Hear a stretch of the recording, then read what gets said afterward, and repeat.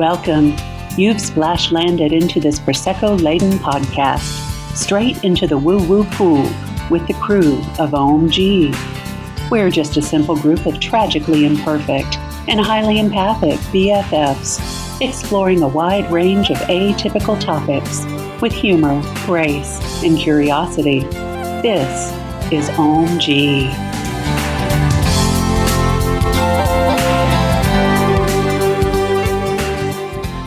Hello, everyone, and thank you so much for joining us. It is a wonderful, beautiful, full moon December here in the Triad, and I'm Camille, your Christmas cracker. Thank you so much for being here. We hope that you'll like this episode. You're here sitting and drinking and chatting and celebrating with Ohm-g, the podcast. Showing off our lovely new glasses with our logo and our names. Christmas is our first present already started over here. Thanks to Alexandra. Yes, Alexandra did us a solid this Christmas season. We're now official. We have logoed items. Now we have merch. Yes, and maybe we'll sell them one day. Maybe we will. One day. Mm-hmm. I'd say let's clink to that, but these mics. I know. Yeah, but they're so cute. I love them so much. So cheers to you all at home. And for those who are just audio listeners, they have our Ohm-g logo or the Ohm symbol on them in like a fun forest winter green, which is nice. And they have our names on them. They're personalized so that Chameleon Air doesn't end up picking up another person's. I wasn't going to name names. after the recording. And for the video, also for the audio listeners, Chameleon Air did just flip me off. Allegedly. You video people know what's what. But no, we're just going to chat a little bit about Yule and traditions and pagan traditions, and do a shout out also to two fantastic countries where apparently we have some wonderful listeners. So let's take it away. So who wants to start? I could start with some of the pagan background of Yule. Wait. We didn't introduce Lisa. Lisa's back. Because she's family, we're just like everybody knows Lisa. How rude we are. A reoccurring guest. Right. Exactly. My BFF of 42 years now? Yeah. Who's counting? Yes. Miss Lisa from Texas, and she's damn glad to be here. That's right. Absolutely. She was our special guest on the Degree or Not Degree episode. Right. Mm-hmm. So we're happy to have her back today. It is an honor to be back. I feel privileged, so thank you. Well, I need a designated driver. That especially. So cheers to Lisa. Cheers to I Lisa. just want to drink, that's all. All right, Alexandra. So going back to some of the pagan roots of the holiday, it comes from the holiday Yule, lines up very closely with winter solstice. And it was one of the 8 holidays, festivals of the year. It lands on the shortest day of the year, so that's when the winter solstice is. And it's from pagan, particularly Wiccan background. It's about the horned god has died in the fall, and he's being reborn or starting that gestation period in the mother, which is the female goddess, to be reborn in the spring, to bring life back and start the cycle over. So many of what we know Yule today comes from Germanic pagan people. Yep. And it was actually a celebration to the Norse god Odin, who's also named Yolnir. So I really apologize to German-speaking people. I'm sure I butchered that name. So please be kind and help us correct our pronunciation. But a lot of what comes in Christian Christmas is from pagan roots, like putting a tree in your house and burning it we don't burn it, but burning it for 21 days, and putting lights, used to be candles on the tree. A Yule log was to put that in your hearth and let it burn for a few days. And now it's a cake. Now it's a cake, very delicious, booshed in the well. So booshed in the well. I'm sorry, what'd you call me? I resemble that remark. As you can tell, I have a French background. Well, what else is going on with Yule? There's wreaths. Putting garland in the home also comes from a pagan tradition. And Yule singing, which is what we now know caroling. People would go to other houses door to door and give food to the people they sang to. So that's a really cool absorption of pagan traditions, which I know some people probably will get irate about. But honestly, if things don't evolve and get absorbed into other things, how will they last? Because we wouldn't have this. And so Odin is also known as the long-bearded god. So I kind of have a thing that maybe that's where Santa came from. So or an inspiration for Papa Santa. Noel, Father Christmas, whatever. Absolutely. So it's very exciting, and it's kind of if anyone's really interested, even just doing a brief search on like Wikipedia, you can go down the rabbit hole of their sources and find out more about some of the old myths and legends. There was one that was really interesting that was absorbed by Catholics. And it was, so it's also my mom was Roman Catholic, and so I kind of grew up with one foot in the door. No, I can totally relate. I'm Catholic light, so it's all good. I'm Catholic Reformed, so. So I actually think Catholics are really interesting because they absorb so much of other traditions and ritual. Yeah, Yes. which is why I'm actually so comfortable going into Catholic churches versus some other ones. I have some other stories to share about that in the future.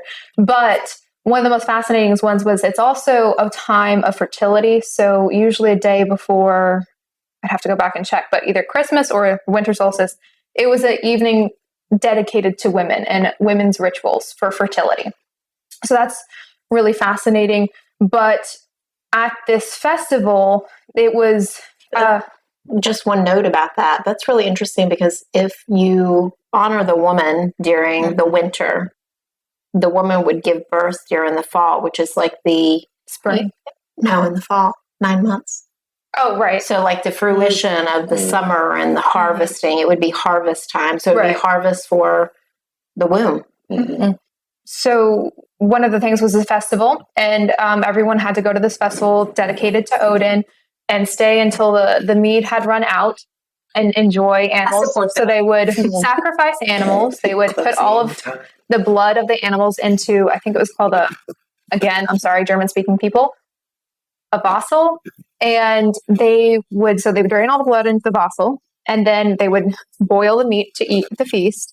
And then they would take a stick, and I don't remember the name, and spray blood on people. It was kind of like part of the festival. This was obviously pre-COVID because yes, right. Because that'd be so bad would now. Would that be the same roast beef that they have in Whoville? Maybe. But that was I'm down for that. That became a Catholic tool to sprinkle holy water and incense around people. So it's really fascinating to see the roots of things. Viva evolution. And just how we celebrate this time of year. Mm-hmm. It's really interesting. And actually, an AP high school AP English teacher once joked, and she's like, this is how we went from a pagan world to a Christian world. And she's like, it started out with a dance. So shout out to Erin Stoll if she ever listens to this. And she'd go, winter solstice, winter solstice, winter solstice, Christmas, Christmas, winter solstice, winter solstice, winter solstice, Christmas, Christmas. And then it was Christian. So it was a really fun way to remember the transition. But shout out to her. That's funny. That's really cool. Thank you for sharing that. Yeah, that was awesome. Because I didn't know all that stuff. Yeah. That's super cool. Thanks for sharing, Alexandra. Yeah. Speaking of our friends and listeners from other countries, Brenda has spoken a little bit before about how she lived in Sweden for some time. Would you like to talk about sort of like some winter holiday traditions that they... Yeah, I think that's a great kind of play into this because Sweden has a lot of still pagan type traditions. And in Sweden, you say good Yule for like Merry Christmas. And some of their traditions are Santa comes on Christmas Eve and he actually comes into your house. Lovely. Which terrifies the children. I'm down with this. Yeah. We love scaring kids. That's what we live for.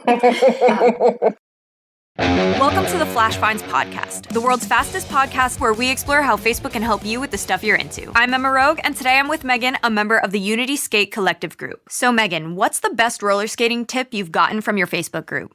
That's probably to square your shoulders. It took me a really long time to learn spins, and it was because my shoulders weren't balanced. But if I balanced them out, I got it. Say less. I will definitely be joining. Thanks, Megan. See you next time on the Flash Finds podcast, all about discovering the stuff on Facebook you care about. Bye. Yeah, so that's really different from how it is in the U.S., where you get up Christmas morning and Santa's come while you're gone, and then you get up and open presents. So I lived there for 2 years. But it was really weird to do all the present opening and all the Christmassy stuff on Christmas Eve. You have your Christmas dinner and, you do all of those things. But there's so many traditions in Sweden that are the same as a lot of pagan holidays. Like they burn things in the spring. That's another episode. But a shout out to our Swedish listeners. Yeah, my mom actually, her family would go to midnight mass because, again, they were Catholic. Some of the funniest Catholics I have ever met in my life, side note.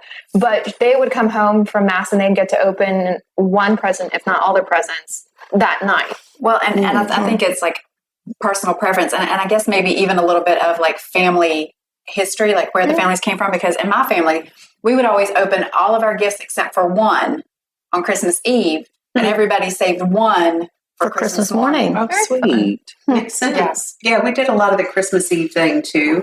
And maybe it has to do with if you don't have a lot of young children who need to wake into light to some display. Maybe you do that. And it's a shame I'm going out of town this year for Christmas because normally Chandra and I dress up like Krampus and like to go scare the neighborhood children. I know, because I hate to let you down this year. I've been sitting here waiting for Krampus to come up because I'm like, is that where that plays in? Is that where? I have to look more into that. I don't remember. Is it Krampus? It's German, isn't it? It's a German. I thought it was, but I'm not character. I don't know. I just know he and the Grinch are my fave. For tiny hearts. So Rosalie, size is too small. Rosalie is from New Mexico originally and has brought a lot of her traditions into her life. So what are some things that are different? So one of the big traditions is Las Posadas, where they actually have it outside of a church, and they choose children to act out the parts of Mary, Joseph, and they do the procession, and they come to the church. It's a whole community thing, and it usually takes place at a church, and they just kind of go through the Christmas story, and everybody in the church acts. It's acted out. So that tradition is called Las Posadas. And then another tradition is the luminarias or the farolitos. Depending if you're from northern New Mexico or southern New Mexico, it's the little paper lanterns with the candles in them, and we usually light those Christmas Eve.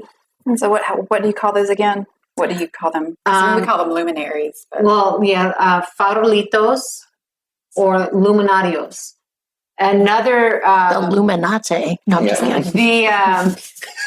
But traditionally, a luminario is actually a bonfire. So it's like wood stacked, and they usually light those for the people enacting Las Posadas. And in the little villages, they would go from house to house, enacting the story. And the people would put the little luminaria bonfires, which were those stacked logs, to keep them warm. So Sweden has a similar tradition where they make them out of snow instead of wood.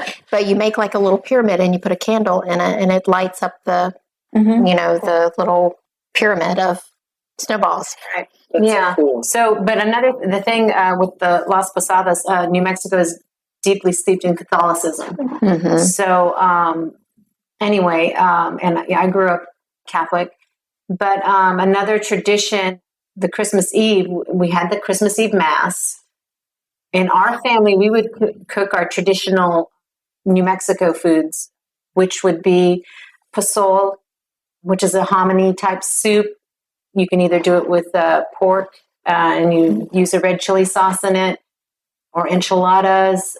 And then Christmas Day would be the traditional turkey, ham type things, but we would stick to what our favorite foods were. And New Mexico also has a traditional Christmas cookie called a bizcochito, which is a little sugar cookie with anise seeds in it. And then usually they're dipped in a sugar cinnamon topping. And so that's the traditional Christmas cookie of New Mexico. It's also the state cookie.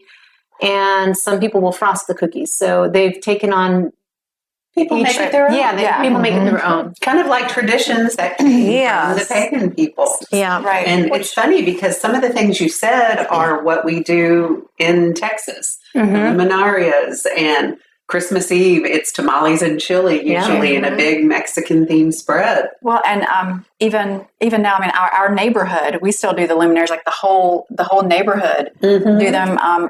Each house is given like however much road frontage you have, how many feet is how many luminaries you get. So you put one each, a foot apart and space them, and it's like through the whole neighborhood. I bet that's really pretty. It's really pretty, yeah. I love it when neighborhoods kind of band together and make a display. I think that's really what this time of year about is time of year is about community, and I would almost say like rekindling that stuff, like either lost friendships or, welcoming new things into your life for the new year.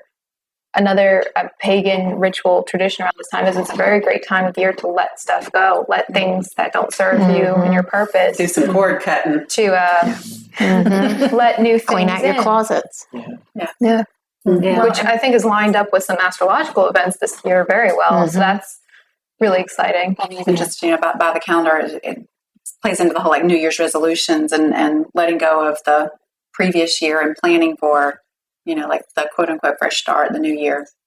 So Lisa, you're our guest tonight. Our esteemed guest. Yes. And you have you're an Italian, Italian stallion, female stallion. And Sicilian. Yeah, we're the part, we came from the part that the Buddha's kicking away Sicily, so, So what traditions does your family or did you grow up with that is different from other people? They're not actually very different. My great-grandparents came over from Sicily and started the tradition of Christmas Eve is everything. So I'm just assuming that's where, it came straight from Sicily. I can't speak on behalf of the big boot because they do treat you differently and refer to you differently when you're in, Italy.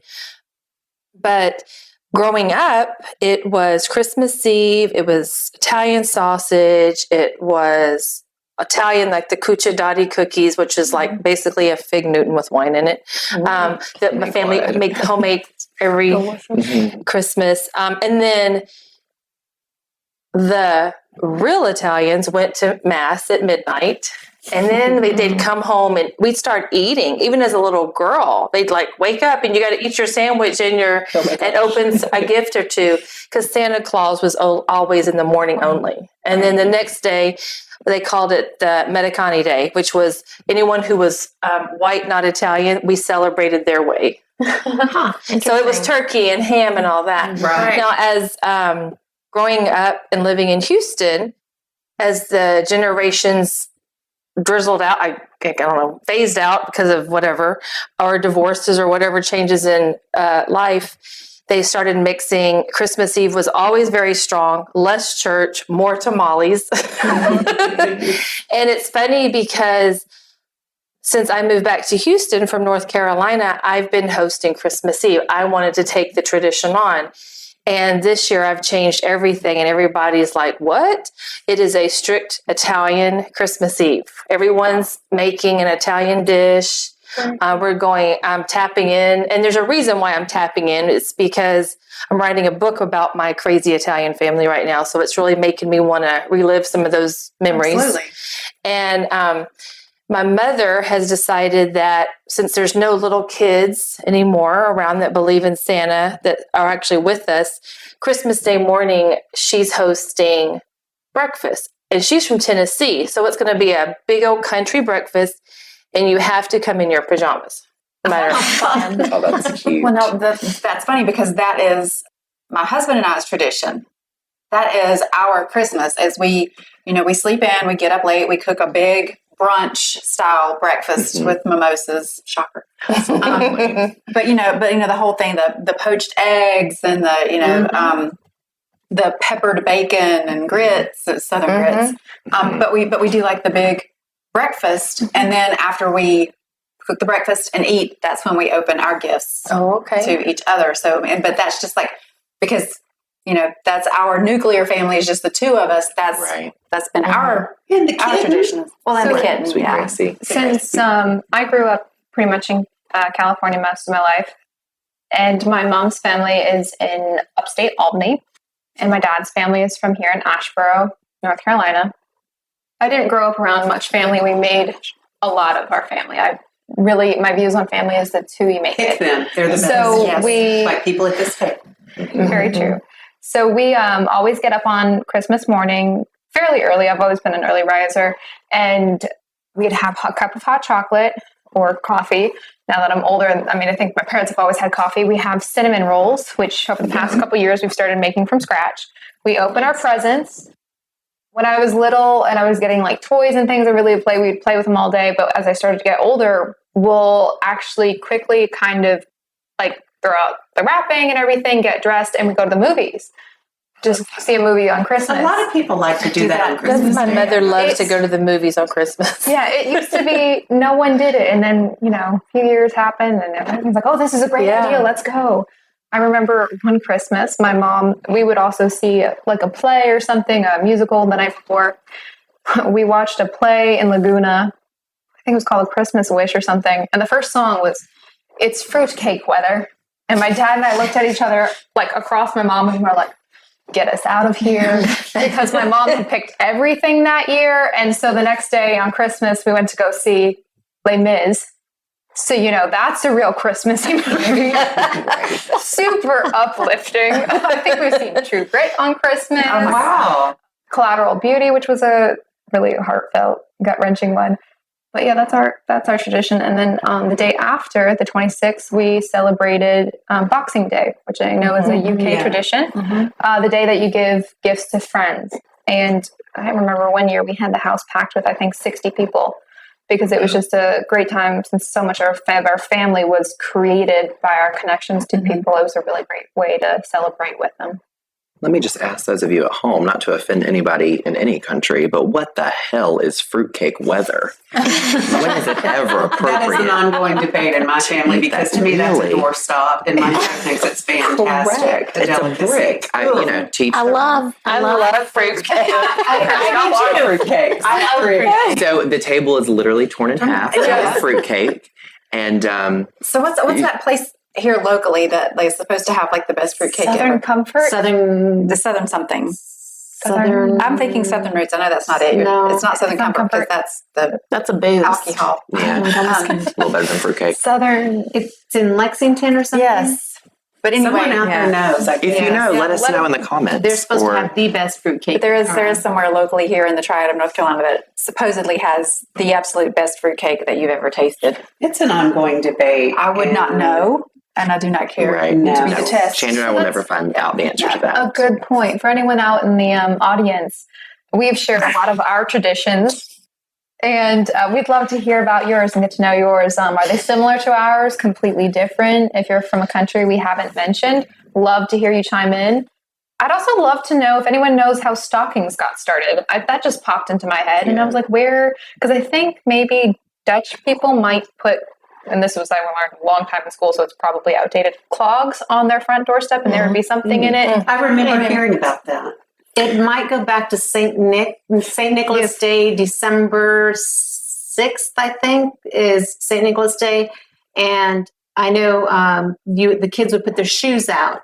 And then they get little treats on St. Nicholas Day. So I think that just kind of morphed into the stockings on the fireplace. So it might have to do with that tradition of St. Nicholas Day. Which, speaking of stocking, it's funny because when we talk about traditions and like what they were to us growing up or what they are now, chosen family really is, I think, the best kind of family. I mean, and then it can include your blood family. Hello, Brenda, Hello. But, growing up, we did stuff Christmas morning, and my dad would make a big breakfast when my parents were still married, and we would go to my grandparents on my mom's side, and then it was just this whole long, big, looking back on it, exhausting thing. Production. It was a production, right? And so now that, almost 30, I'm married with 3 dogs of our own. And so our tradition has become, because I'm also married to a teacher, the first day that is not like a school day of our winter break is when we celebrate Christmas together. So the dogs open their toys, we open our gifts to each other. And I am a former Joseph. I was Joseph in a play 3 times growing up, you know. So my first name is Mary and I'm a Virgo. So like Holy Virgin, I don't know. Okay, you see? I do. You're right. Got more to say about that. The Virgo Mary. The Virgo Mary. And this is also my birthday weekend. It's this Sunday. I'm a Sagittarius. Yes. Cheers to Happy his birthday. Happy birthday. So I am just really peaking this season, but I just think that whatever Peeking like a peacock. peeking like a peacock, all right. So whatever your traditions are, and whoever you may be celebrating them with, hopefully you enjoy them and you enjoy them in a happy and healthy and safe way. And we look forward to seeing you all whenever we come back after the new year. Absolutely. And that you feel the love from us, because you know we say that every time, but that's why we do this, is because we have such strong community here, and this is, you know, the family that we've chosen, and we feel like we need to share that energy out there with all of you who may not be as fortunate. And we want to make sure that you know that there's people here in the spiritual community that don't think you're crazy and that are experiencing the exact same things that you are, and question the same things that you question, and want to learn about the same things that you want to learn about. So that's why we're here, and we're super appreciative of you listening to us and sharing this holiday with us. Yes, absolutely. So cheers to you guys. Blessed Yule. Blessed Yule. Blessed Yule. Good Yule. Happy Christmas. So now Merry holidays. Now can we go get a refill and get us some Aaron birthday cake? Absolutely. Because everyone's been talking about food, and my stomach is like gurgling. So Merry, happy Christmas, Kwanzaa, whatever you celebrate, celebrate it. And out. Bye, guys. Thank you for joining us today. Please follow and subscribe to our podcast on Apple, Stitcher, Spotify, or wherever you get your podcasts, and leave a review. It's so easy to do and such a huge help for us. We appreciate your interactions so much. Want to join us at our table? Make sure to check out our YouTube channel and join our Facebook community. If you've enjoyed this content and wish to support us, take a look at our Patreon page. All information and links will be in our podcast description. Catch you next time.